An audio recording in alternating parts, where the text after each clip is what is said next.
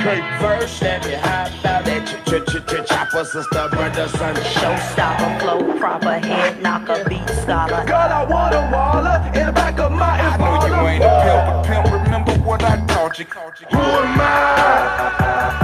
I'm the boss. I still represent Swisher House. I go. Two shot Biggie Smalls, if we don't get them, they gon' get us all. Hey, you know how we ball, right in the shiny car. With no regard for the law, we dodge them like fuck them all. Smoking hot, pouring up, keeping lead up in my cup. You leave no drink around me, believe your drink gon' get drunk up. Pumping hard like I wish you would. You's a superstar, boy. Why you still up in the hood? We back.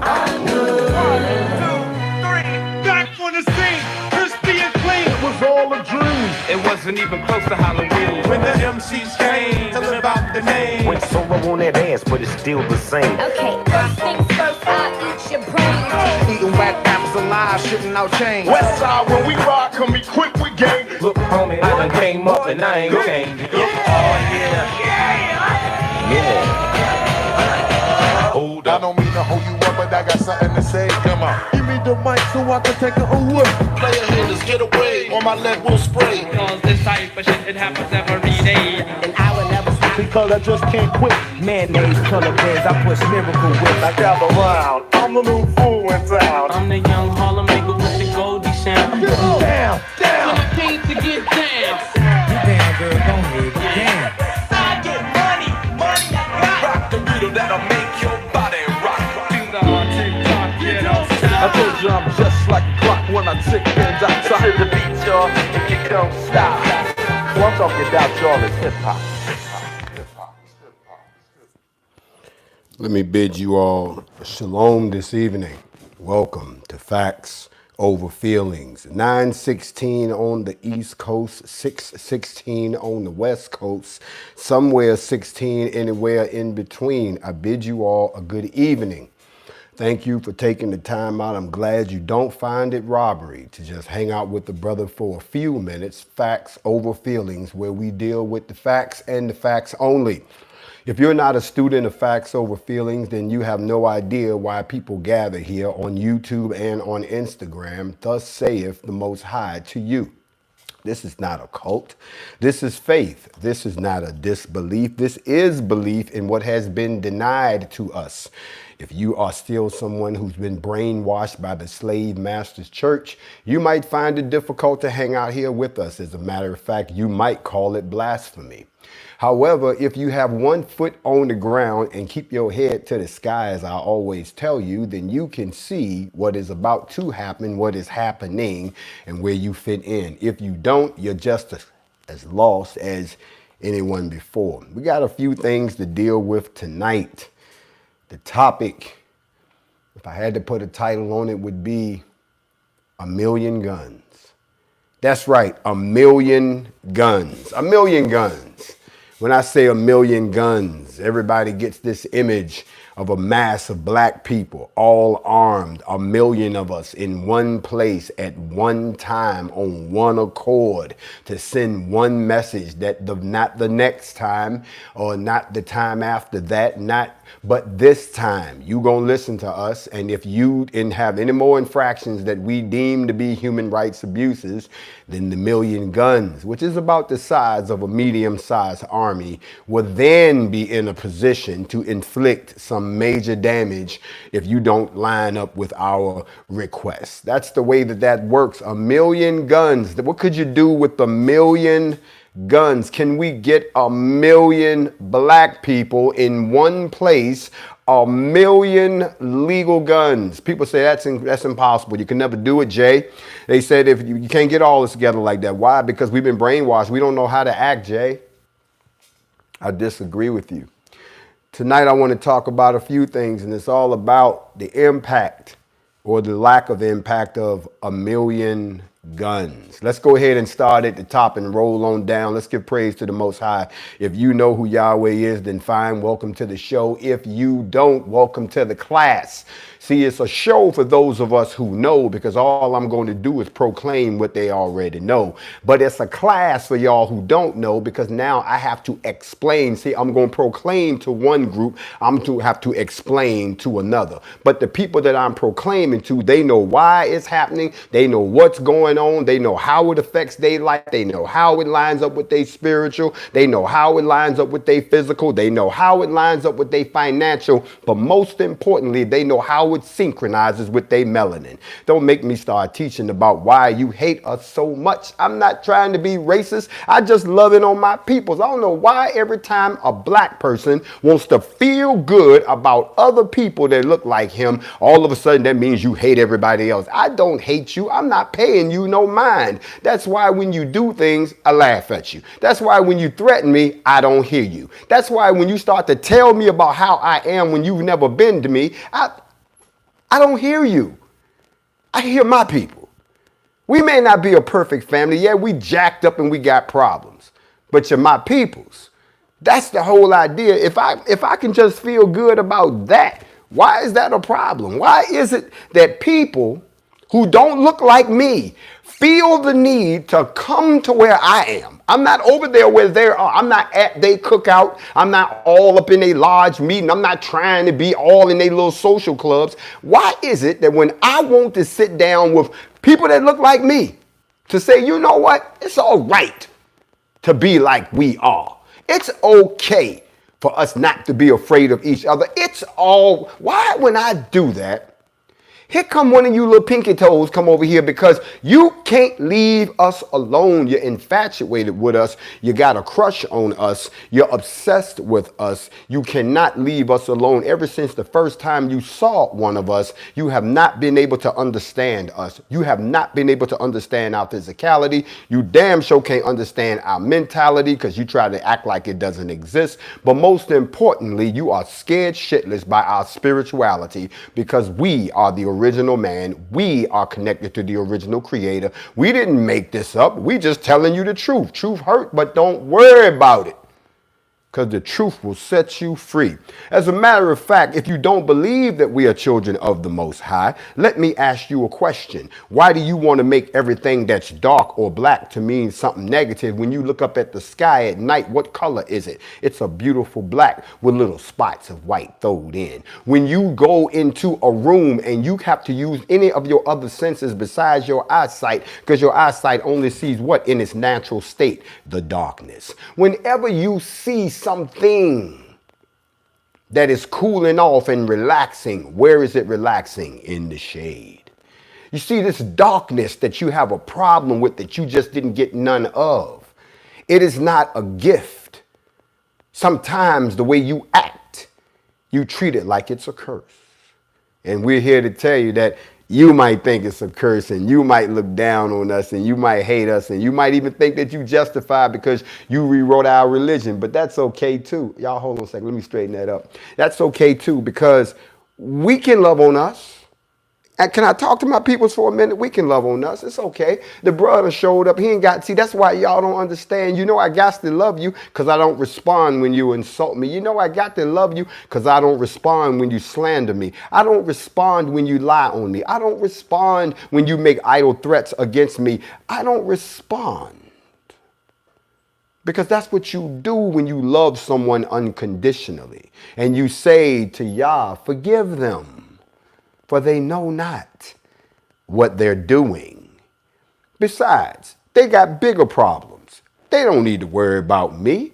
I'm just here to tell them. They want to hang the messenger. That's cool. No problem. It doesn't change the fact that you still have to deal with what's coming your way. Speaking of things coming your way, somebody asked me if I would speak again about what I told you last night. I'm going to say this one more time before we dig into the details, and I bid shalom to all of you all. I see a lot of thumbs up out there. I see a lot of folks, happy faces. I'm glad to see you. Lost Soul God Sent. I like the name. Listen to what I'm about to lay on y'all for 2 seconds. If y'all don't mind, to the folks on YouTube, don't worry about it. Your comments aren't recorded. So don't worry about it. They won't be in the playback. And I can't see them anyway. So you can start wasting your time. To all my folks right here on the gram that I told to come on over to where we was. Well, a lot of y'all didn't do that because y'all say y'all not going to change platforms until right now. Understood. You see, how do I want to start this nicely? Last night I told you that there is the chance, no, I'm sorry, it's not a chance. It's that they're trying to downplay the impact. But there is a meteor, small one they say, that is on its way and it will impact the earth on November the 2nd of 2020. It's going to hit us, but they say don't worry about it because it's only so big. They're saying it's going to be okay. Don't trip. Keep paying your taxes. Keep going to work. Keep on putting your mask on because COVID might get you, unless you're protesting. But at the end of the day, this meteor is coming. And some people say, well, is it a big deal or is it not? So I told y'all last night, and I got to bring it up again because some people asked me to show it to you again. This right here is called the National Near Earth Object Preparedness Strategy and Action Plan. And somewhere over here on page 22, because it's a big report, it actually tells you how big a piece needs to be before we need to start getting worried. I didn't share this with you last night because I didn't think I would have to go that much into detail. And I'm not here to scare anyone. I'm here to inform you. Remember, no emotions up in here tonight. If you're on YouTube, you don't understand because you probably stumbled into this. But if you're one of our students that transferred over, you know exactly what I mean about the rules of facts over feelings. In this document, it says, and I'm going to quote straight from the document because I don't want anybody to say that I misspoke. NEOs are what we're talking about here, people. Near Earth objects. I know some of y'all don't give a damn about none of this, but if one of these, pardon my language, motherfuckers hits us, you're all gonna have to deal with it. Every last one of us. And then you won't be worried about whether or not they putting their hands on us or killing us or we protesting somewhere and who gonna show up in the black militia. And y'all ain't gonna worry about none of that shit. You ain't gonna be sitting around worried about who gonna get in the White House and whether or not they gonna do the same thing to you that they been doing. They just got y'all to play that little ritualistic red pill, blue pill shit. Y'all ain't gonna worry about none of that. The only thing your ass gonna be worried about is whether or not what type of impact it's going to be and what it's going to do to this planet and whether or not it's gonna send us into something that nobody is prepared for. And that's either knock our ass back to the 1800s or kill us altogether. You ain't gonna be worried about none of that. So they trying to ease the information up on you. But when I went and did a little bit of digging, here's what I found out. And I hope y'all gonna hang out with me. I'm gonna be on for about 2 hours. We got a lot of stuff to talk about. NEO impacts of varying size could have major environmental and economic and geopolitical consequences detrimental to the United States, even if the impact is outside of the US. And then they start talking about the size and depending on where it hit. Now watch this. They start off with the small ones. See, some of y'all who ain't been watching Facts Over Feelings don't realize that this is what we really do here. Y'all think all we do is sit on here and talk about the bullshit that's happening in the world. This is a place for smart people to learn things. It's also a place for people to reconnect with the creator because sometimes we dig into that. But this is not on some petty, always in the street, rah-rah shit. That's not what smart people do all the time. We have many different sides. Like I told y'all about this Rubik's Cube a few weeks ago. Some of us have many sides and some of y'all only have one side to y'all. That's why you can't hang out with brothers and sisters like us, because we can be on 3-4 things at the same time. So if you came here just for that, go ahead and click off and go on somewhere else. But for those of us who trying to learn something, those of us who trying to put something in our head so we can turn to somebody else and go, I did not know that. That's what we do here. If it's too much learning going on in this room, then you go ahead and enjoy your quarantine somewhere else. But this is for smart people tonight. So if you came for the mess, you might have came to the wrong place. As I was saying, they start talking about the small sizes first because they're saying the one that's coming is small. That's what they said. But in this very document that's available on the White House government site, it says small NEOs, and that's what we're dealing with here, can have significant destructive effects, quote, unquote. Then they spin back up on you and say, for example, on February the 15th of 2013, an asteroid approximately 20 feet across created an airburst in Chernobyl, I can never say this right. Chelyabinsk, Russia, with roughly 20 to 30 times more energy than first released by the first atomic bombs. 20 feet, 20 to 30 times stronger than the first atomic bomb, and it didn't even hit the ground. It just blew up in the air. It says here in the report that it damaged thousands of buildings, injured over 1,000 people, mostly due to broken glass by the shock wave. And according to current estimates, there are almost 10 million NEOs larger than 20 feet, but they are extremely difficult to detect prior to entering Earth's atmosphere. Now think about, I'm just trying to get y'all to think, this is what we do here. If there are 10 million of these floating around and we don't see them until they hit the atmosphere, well, the one that you claim that's coming, that's not going to get here till November. I thought you said they were so small you couldn't see them till they got in the atmosphere. So what in the hell are you seeing that's 3-4 months away before we get here that you're trying to prepare us for this impact? So, okay, let's just go on up the scale. Can I go up the scale a little bit for y'all here on the gram and y'all on the tube? Let me go up the scale a little bit.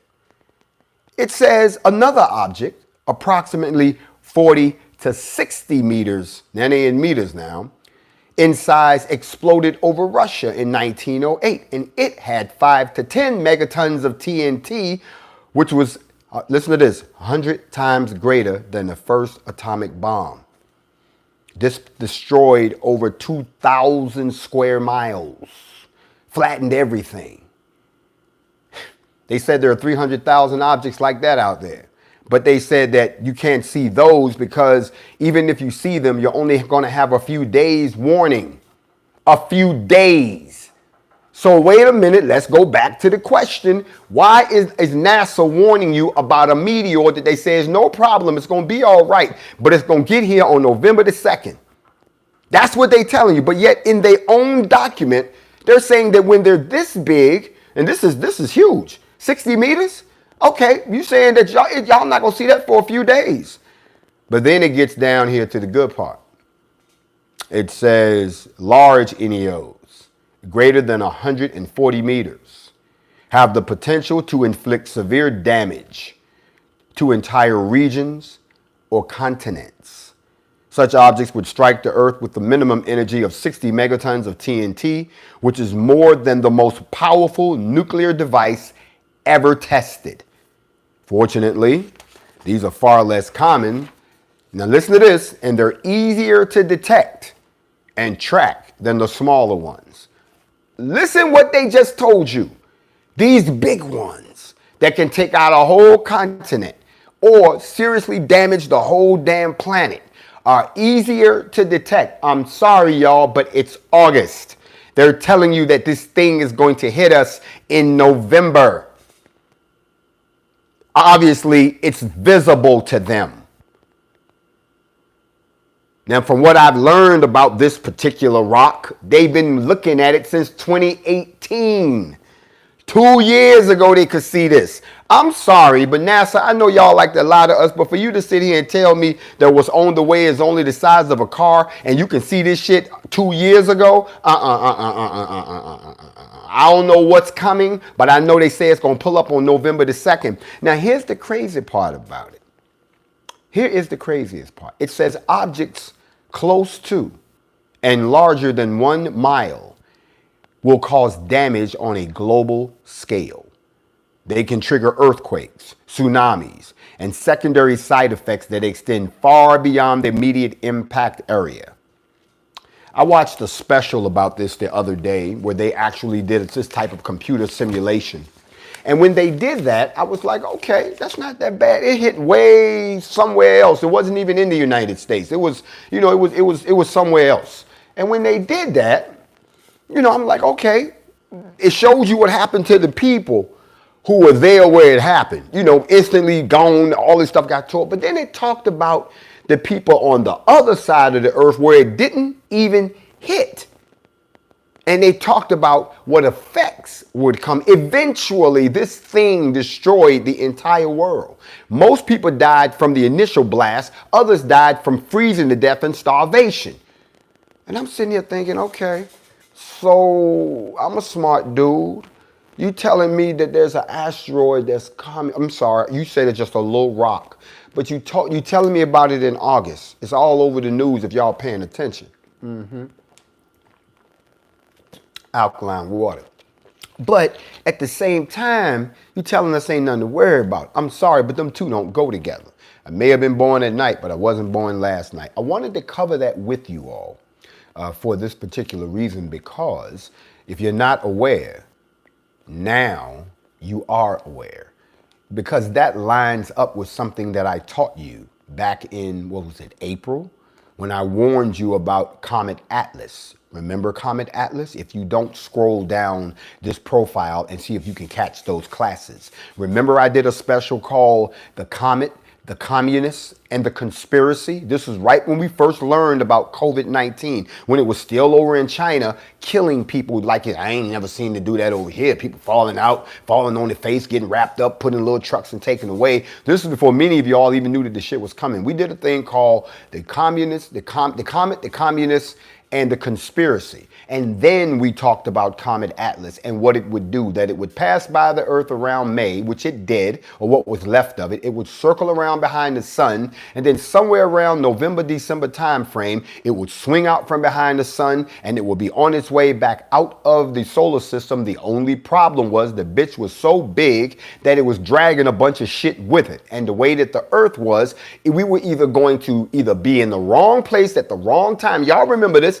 And they talked about it on the news right before they canceled the preview for Greenland. Have y'all seen the preview for Greenland about the comet that's supposed to hit the Earth? Oh, they tried to put the preview out. That shit stayed up one day and then it disappeared completely off the internet. This was a big time movie with big special effects, big name stars in it. Oh, not today. They took that shit down. It is gone. You can look on this timeline right here and you can even find a copy of it because it's still here. They ain't get to that yet. But the point I'm making is, if they want you to believe that what's coming is no consequence to you, I have to ask y'all this question.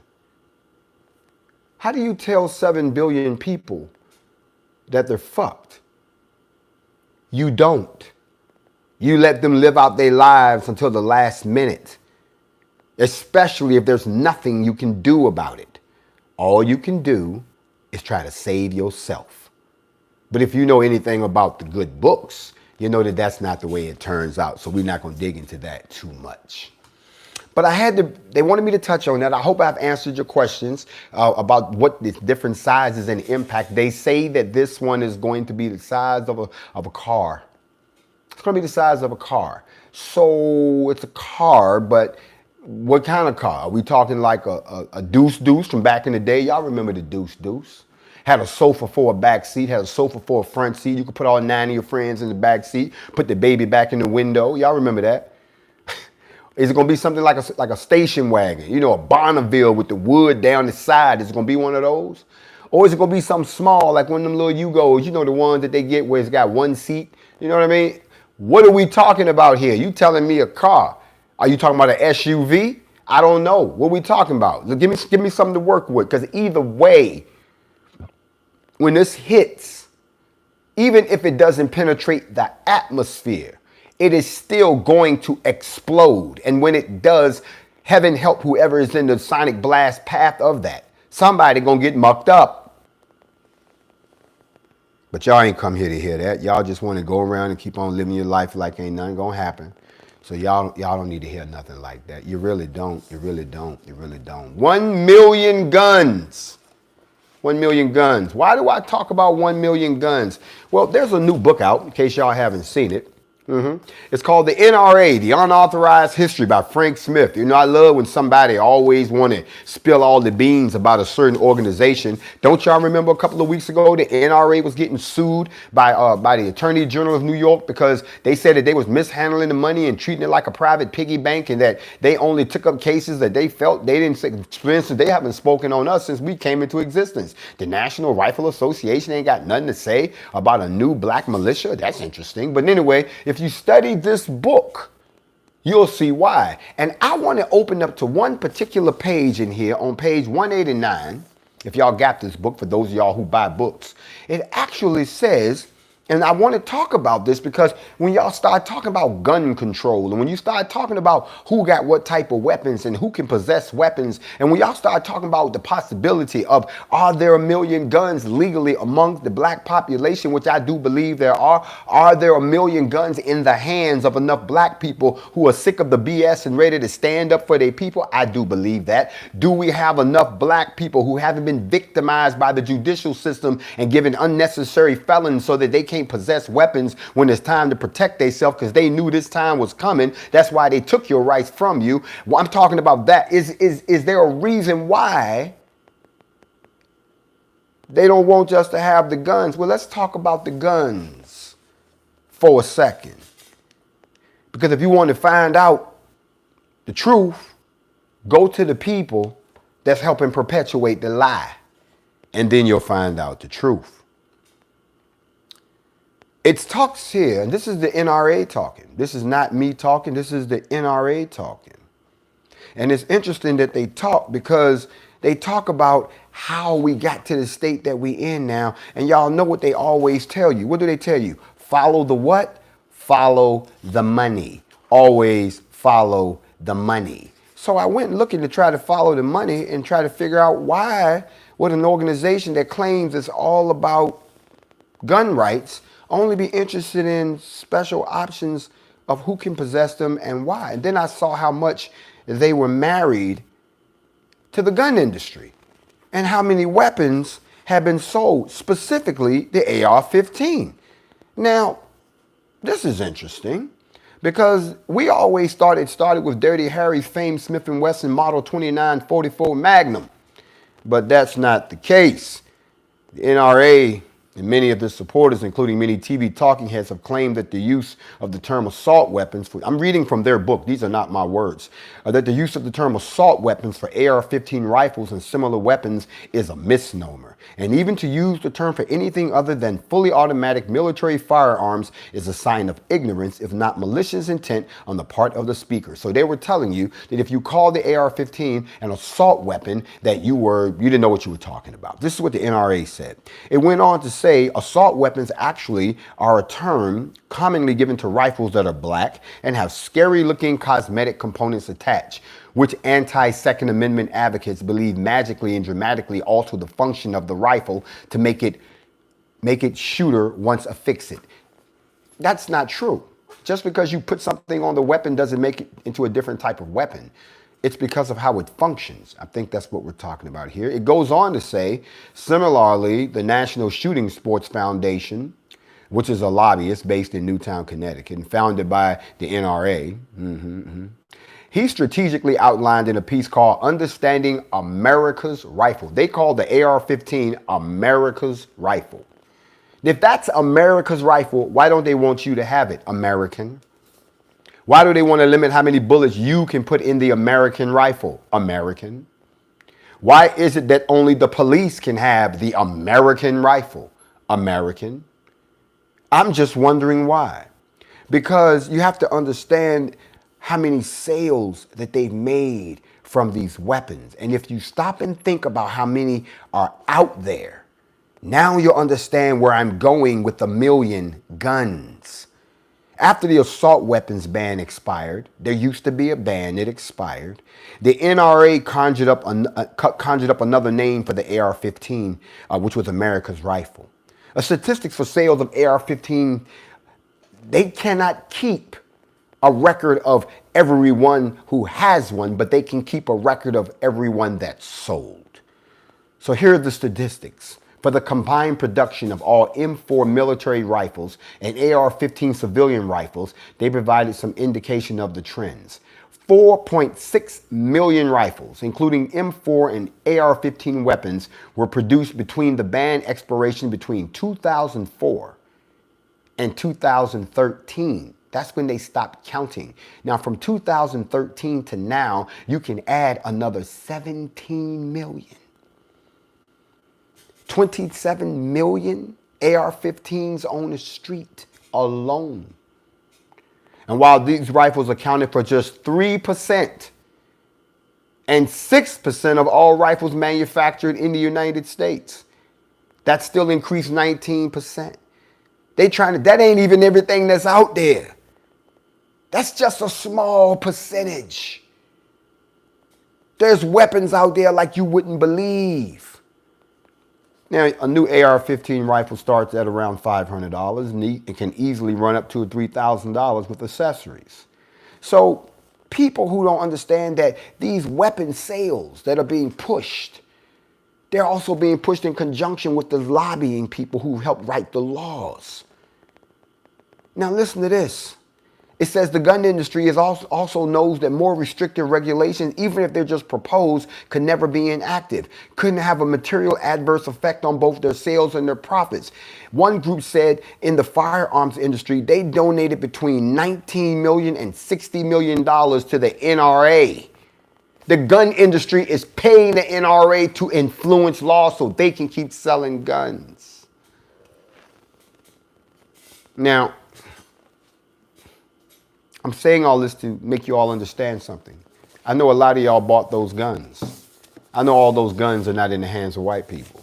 Y'all make sure y'all go out and pick up the NRA, The Unauthorized History by Frank Smith. Excellent book, an eye-opener, if I do say so myself. A lot of guns out there. And then if you add up the number of police officers and those people who would probably be assisting them to round up the guns, you still only have 1.5 million people against 300 million other people, of which they say 70 million are known gun owners. We're not talking about all the dirty guns out there. We're not talking about all the people who just hold in heat. They don't give a damn whether they got their felony or not. They're not going to be out there. They're not going to be out there unarmed. There's guns on both sides of the fence, black and white. Y'all know what I'm talking about. There's guns out there. How the hell else do you think a 17-year-old white boy from Illinois, 17, got an AR-15 that he's not even supposed to be able to buy, got it, and got his ass all the way up to Kenosha with some of his other buddies? I wonder who gave him a ride. Probably the same person gave him the gun so that he could go and sow his wild oats, maybe get lucky and kill a black person. But oh no, no, no, no, no, no. Slipped up, messed up, kill some white folks. The white folks who was out there, as they say, protesting for the Black Lives Matter movement. That's what he did. But according to what the gun owners are saying, the gun lobbyists are saying, that the laws in place are okay because the gun manufacturers can get guns out to everyone. But if we allow them, see, this is the danger, people. If you start to allow them to control a small piece of your guns, they're going to want to control all of your guns. See, don't act like y'all don't know this, but the United States is one of the only countries where everybody can have a gun. There are some countries, just like my people over in Forever Family over in the UK, they can't own guns. If you go down to the Bahamas, the only people that have guns are the police and the army, and they're the same people.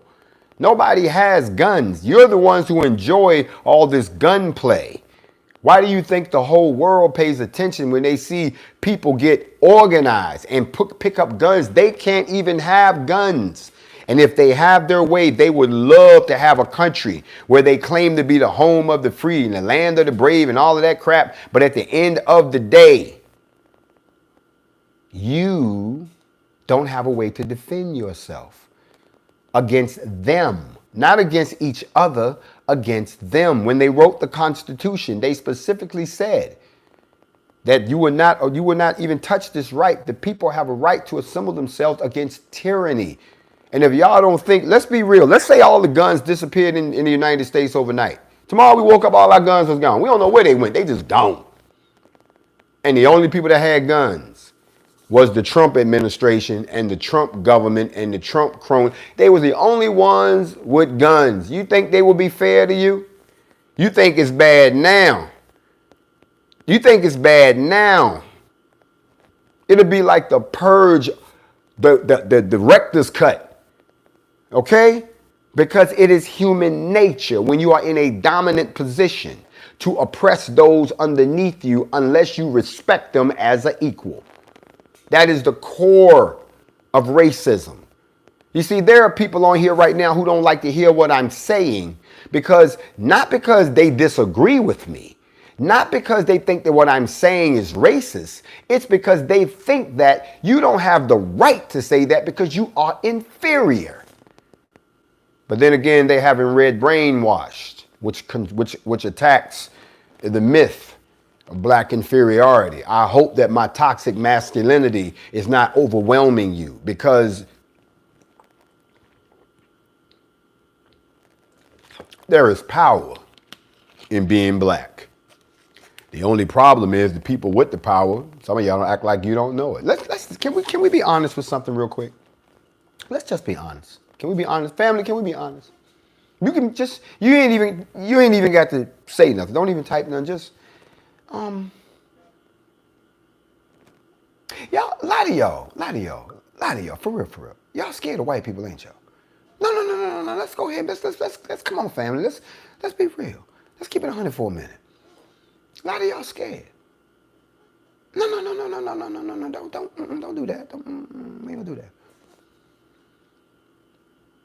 You're scared. That's okay though. That's okay. Because being scared doesn't mean you don't do anything.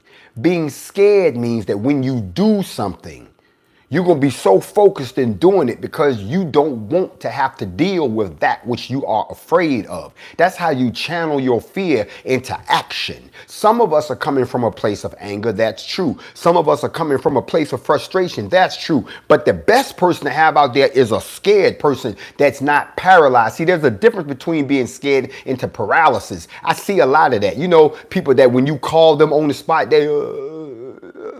we understand. That's not what we're talking about. We're talking about people that say, look, I'm scared to death, but we going in here.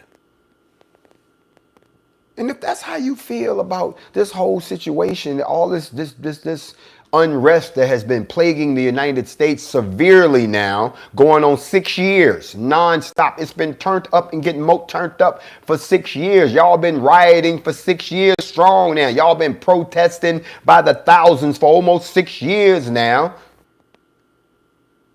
And now I have to look at, well, what has changed? Big shout out to all of the athletes that decided that, look, we're not going to sit here and tap dance and make you and give you a distraction from what's going on in the world. NBA, MLB. I ain't heard from the NFL yet. People starting to realize you can't keep ignoring this. And a lot of y'all are scared to lose your comfortable captivity. What you don't seem to realize is that when you speak to power in an intelligent, powerful way, you can get results. You're dealing with an entity that seems to only understand one language. And see, that's the thing that I don't do. I don't indict all white people. I even tell white people who say, I want to help, I'm an ally, turn around and talk to your own people. We don't need help protesting. We don't need help telling people what's wrong. We don't need help with that. We need you to talk to your people. That's what you do. That's how you help us. You go ahead and gather them together in a stadium and tell them to cut the shit short. We don't need you over here. You want to help? That's how you help. So I'm not talking to you. I'm talking to my folks right now. 1 million guns in one place at one time. Be a beautiful thing, wouldn't it? Especially if it was all organized. The demonstration of unity simply means that we all agree on one thing at one time. Just that one thing. It doesn't mean you got to change your perspective or give up your religion or nothing like that. It simply means, can we all get on one accord one time? Now, I'm going to talk a little bit about this. I tried to tell y'all this before, but y'all didn't want to hear me. Are you listening now? Good. Let's talk a little bit about Wisconsin and what has happened thus far. We have a situation where a black man was shot in the back simply by trying to get in his car after breaking up a fight. Shot in the back by a police officer who feared for his life, I guess, or thought that this man was less than a man. Now, y'all already know that the brainwash is already underway. Yes, it is. And I hate to say it, the gentleman's mother is already on the Please Forgive Them tour. If you haven't seen it, y'all know why we keep forgiving our oppressors. Why y'all gotta stop.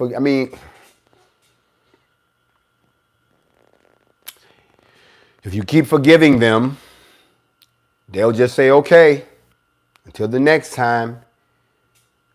I know it's a terrible loss, but you have got to stop forgiving these people who keep doing the same thing over and over again. Somebody got to raise hell and keep raising hell and not want to accept no type of apology. Don't want nothing. Want you to put an end to it. Go all the way to the Supreme Court. Become a congressman. Do something. But don't sit there and forgive them.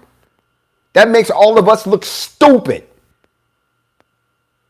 But that's already going on, so I can't speak too much to that.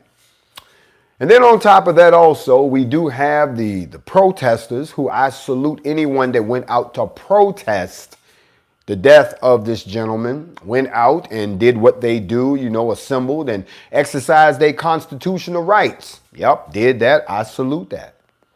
Some people got mad and decided they want to turn over some stuff and break some stuff and burn some stuff down. Okay, I'm no problem with that either. That's what you do when you've had enough. But then here comes something that a lot of people want to turn a blind eye to.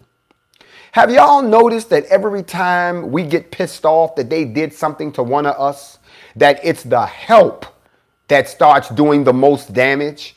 Like we haven't done enough damage. Like we haven't yelled enough. Like we haven't chanted enough. Like we haven't told y'all enough. Now you want to come along and do more damage. Breaking windows ain't got nothing to do. This is not an expression of what we're doing. This is some shit you want to do. So you show up claiming that you're there to help. You claim that you're protesting too, but you ain't the protesting. Okay, but you tearing up shit that we not tearing up. You setting shit on fire. You doing things that we wouldn't even think to do. As a matter of fact, you find that it's an easy place for you to act out your aggressions under the umbrella of ours. That way, if something goes wrong, you don't get blamed for it.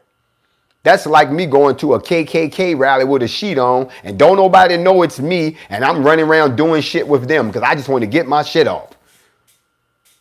The only difference is BLM doesn't wear sheets, but they allow anyone to join up with them.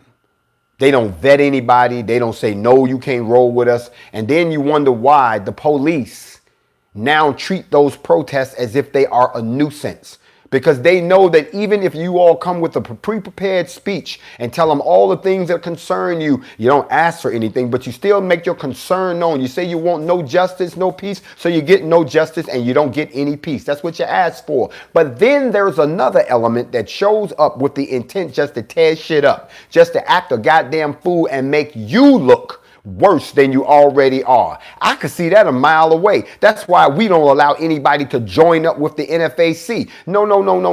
The same thing like what happened when old girl dropped old dude dropped the weapon and it went off. We had to eat that. We couldn't blame that on nobody else because there wasn't nobody out there but us. We couldn't blame it on no white folks. We couldn't blame it on nobody. On nobody but black folks with black folks doing a black thing and had a black problem. That's how black it was.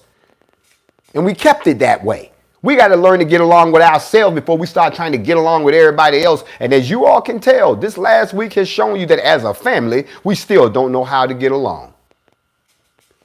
So you notice that this element shows up everywhere now. For the George Floyd protests, they showed up and they showed out. The same group of people have shown up in Kenosha, Wisconsin. Just like the young man that did the shooting. He wasn't from there. He wasn't even from Wisconsin. He was from Illinois.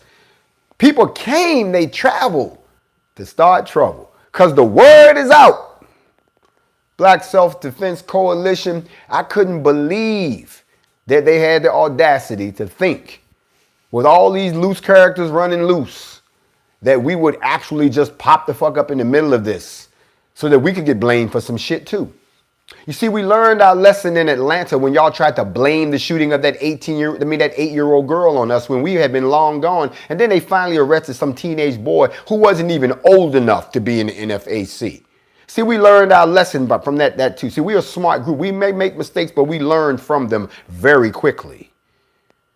So you're not going to blame that one on us. There is no NFAC presence in Wisconsin yet. So don't act like we there and stop running around lying, talking about we there. We ain't there. If y'all remember, I gave first crack of this to the other black militias. You know, the ones that were talking all that smack. And I was waiting for them to show up, for them to do something. You know what? Somebody keeps sending me this note and I'm going to read it. Okay, since you keep sending, they saying the very same people who criticize you and call you an agent and criticize your organization are now the first ones to say that they need, where are you at? Sing your praises on Monday and crucify your ass on Friday. Yes, they will. And then you got it raised from the dead. Here we go with this. But anyway, moving on. So we got this situation now where, in case y'all hadn't heard, we haven't shown up there yet. But the governor went on TV tonight and said that the black militia is not welcome in Wisconsin. As if to say, if we show up, since we're not welcome, we will be met with resistance. I wonder how that's going to play out if we're not breaking any laws. You see, every place that we've gone, we've outnumbered law enforcement. Every place that we've gone, we've outnumbered everybody, including the National Guard. So my question is, if we're coming into your state and we're coming in legally, what are you saying? Are you saying that U.S. citizenship ends at the border, that Constitution ends at the border? Or is it because of the fact that you know what your people have been doing to my people, and now all of a sudden it's gotten the attention of the black militia, and based on our past track record, you know for a fact that one of your people may set it off, and that'll be the shot heard around the world. The entire black community across the United States right now is ready to go, and I'm trying my best not to be the person that blew the whistle too soon. You understand what I'm trying? I'm talking to the white folks that's watching. Y'all take that back, okay? Y'all do such a great job. You're doing a fabulous job at keeping us in your mouth, because if we wasn't any of those things that you said, you wouldn't keep tuning in just to get on here and talk smack. But moving on right along. So the governor was on CBS News saying that the black militia is not welcome. Sir, thank you for making that plain. We'll keep that in mind. That's all I'm going to say right now, because only an idiot would announce their plans. Now we got to move on. And I got to deal with something that we got to deal with it, y'all. We got to deal with it. We got to deal with it. I'm not going to sit here and act like we don't have to deal with it. We do. By now, and I'm going to say this before I even say this, because if I don't talk about it, people are already in my inbox, and, I got to talk about it. Now, you all remember that the NFAC went down to Louisville seeking transparency in the investigation surrounding the death of Miss Breonna Taylor. We went down there because we wanted to find out why did it look like they were doing nothing about this woman that was killed in her home. And so we had a formation, and we went down and had some conversations with the powers to be. And if you all remember, the first conversation was public. And then after that, they told me that if you want to know the truth, you got to turn that off. And I did. And then we ended up talking to some of everybody, representatives from all different offices, and eventually the Attorney General and so forth and so on. And two things came out of that. One of the things that I learned was the political structure of the state of Kentucky. And a lot of you all who probably don't think beyond your noses don't seem to understand that one of the purposes of having power over a black militia is you have the ability to negotiate conversations, but you have to have the skill to negotiate those conversations. If you can't sit at a table and have a sentient conversation with an individual that considers themselves to be a politician just so you can achieve something for your people, then you're not the right person to sit in that seat. You cannot overthrow everything with brute force. At some point, you're going to have to come to a decision point where you're going to have to talk to people. So I went in and talked to these people because I wanted to know the truth. And if there's one thing that I can respect, and I've said this even back then, was that they told me the truth. And I told you all that when the truth came out, you weren't going to be happy. It doesn't change what happened to Miss Taylor. But when the truth came out, you were not going to be happy. And you need to prepare yourself that the reality that you're painting may not be the reality of law, that the reality that we desire may not be the reality that we want. This is not a TV show, and things don't get solved in 60 minutes or less. We went down there and got the transparency that we asked for, and you all have seen the results of that. As we announced our return on September 5th, we did two things. The first thing that we did was we once again demonstrated this is a chess game. That if we did not get something that we were looking for that kind of let us know how this was going to be resolved, that we would hit you in your pockets and cost you millions of dollars on global TV. And that's why we announced September 5th and not what you all thought 22nd or the 25th. See, that's you're doing the thinking. You don't think for us. But it was a smart move because now no spectators can attend the Derby. They said they're blaming it on COVID-19. However, in the interim, and the reason I'm saying this is because I have to make you understand this is still a game of chess, people. Today, in case a lot of you all are not aware, a report that was written by a Louisville Police Department detective from the NARC division, a report that he wrote about the surveillance that was going on surrounding the individuals who were involved in the drug dealing, that he said encompassed Miss Taylor. That was leaked to the press today and leaked to certain sites. And it's a report that was written from the narcotics side of the house. It does not detail the shooting itself, nor does it contain the ballistics report that the FBI has.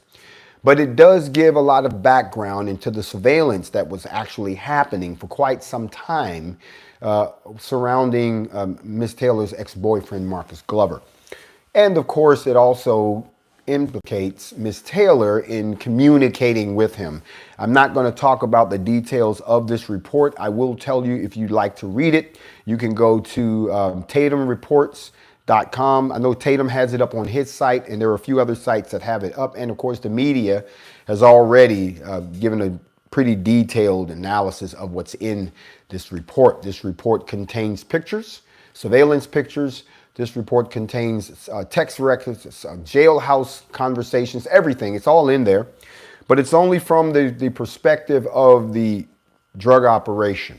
Now, there are some people who will read this report and do to Miss Taylor the same thing you did to me. And that is, you will let someone bring up something negative about a person that you thought highly of to try to sway you from thinking of them as less than a victim. This is an effort to tarnish the image of Miss Taylor. It doesn't, because Miss Taylor is not the one who's going to be on trial here. She's already been executed by these particular judge and juries and executioners. So this is not about who's going to stand trial. This is about, it's almost as if they're preparing you. by attacking her image. Whoever leaked this report, they want to attack her image. So that way we don't have to focus on whether or not they're going to penalize the method and the methodology that was used by this officer that killed her. Because of the simple fact that even if Miss Taylor was implicated in this drug scheme, or she was just a close associate of the drug dealer, two things happened today. First of all, when this report was leaked, once the judge saw it, he issued a new warrant for Marcus Glover. But in case y'all haven't been keeping up with the news, Marcus bailed out on a $50,000 bond and he's missing. Nobody knows where he is, not even his lawyer. He dipped. He's gone. So the individual that they actually were watching has disappeared, even though he's on $50,000 bond, that he's gone. And now this new warrant based on what's in this report. So they looking for him again. Now notice nothing that came out of this report said that any charges were being brought against or there's a case against Miss Taylor, but it does highlight their relationship. And to some people who've been, see, it means she's a drug dealer. No, it does not say that. It says these are their communications. And it shows you that, yes, she was still in communication with these folks, but it doesn't change the fact that those officers recklessly entered that crib. And when they did, he recklessly opened fire. So all I'm saying is, yes, it's not a very pleasing report that got leaked at this time to damage the image and the reputation of Miss Bree. But what it actually does is it shows you that even in death, they will try to tarnish your image rather than just do the right thing and charge these officers. So I had to speak on that because a lot of the things that are in that report are not new to me. This is the type of agreement you have to enter into to get to the truth. But as you all heard me say on the steps of the courthouse, when the truth comes out, you're not going to be happy, but we still want someone to pay for killing this woman in the manner that they did.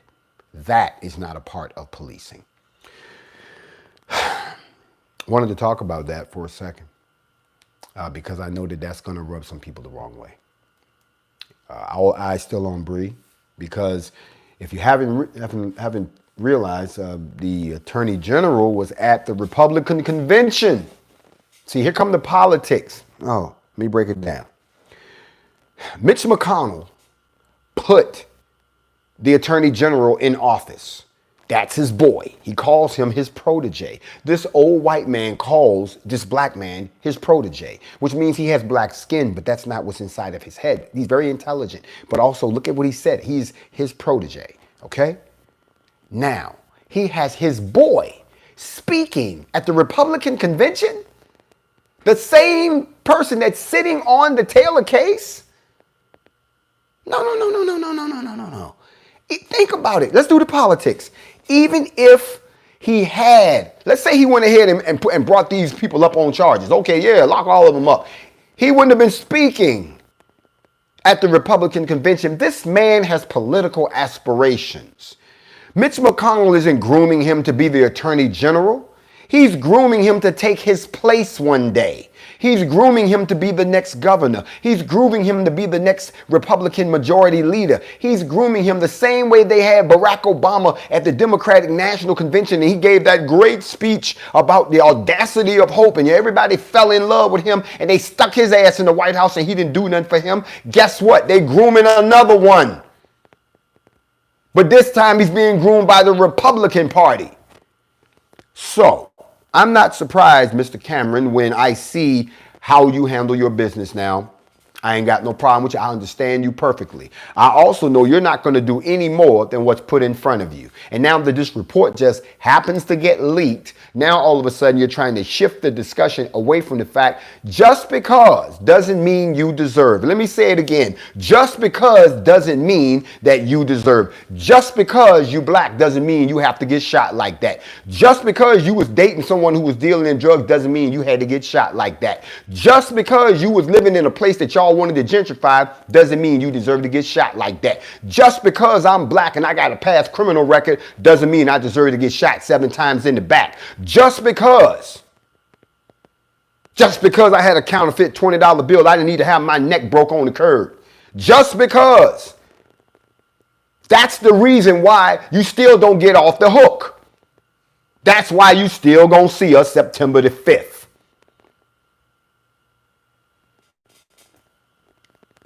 Just because.